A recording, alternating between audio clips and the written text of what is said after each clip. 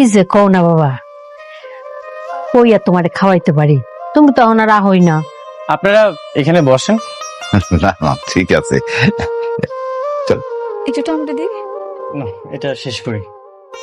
তুমিও নাও। না, আমি এখন খাবো না, পরে খাবো। আপনি খান। হ্যালো বন্ধুরা, তোমরা তো 28 নম্বর এপিসোড দেখে ফেলেছো। এবার তো 29 পর্ব দেখার জন্য সবাই প্রস্তুতি নিচ্ছ। মেঘলা কি আসলেই কোটিপতি ছিল কি না, এটা বিস্তারিত আপনারা বুঝতে পারবেন আমাদের ফুল ভিডিও দেখলে।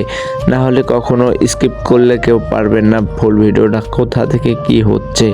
এখন সকল রকম আপডেট আপনারা পেয়ে যাবেন আমাদের এই চ্যালেঞ্জে।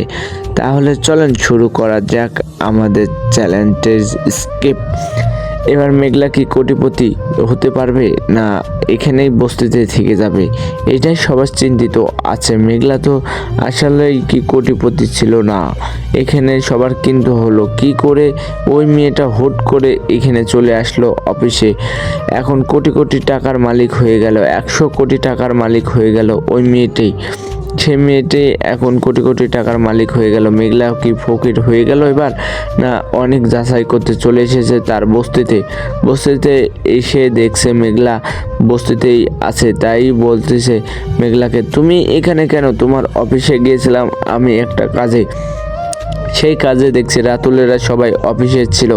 সে একটা নতুন অচেনা মহিলা ছিল, সেই মহিলাকে আমি দেখে চিনতে পারলাম না। সেখানে বললাম মেঘলা কই? মেঘলার কথা শুনতেই বলছে কোন মেঘলা? মেঘলাকে তো আমরা চিনি না। তাই অনেক বলছে মেঘলাকে এসে বস্তিতে। সে বলছে কি গো তুমি এখানে, আর ওখানে আরেকজনকে দেখছি কোটি কোটি টাকার বিজনেস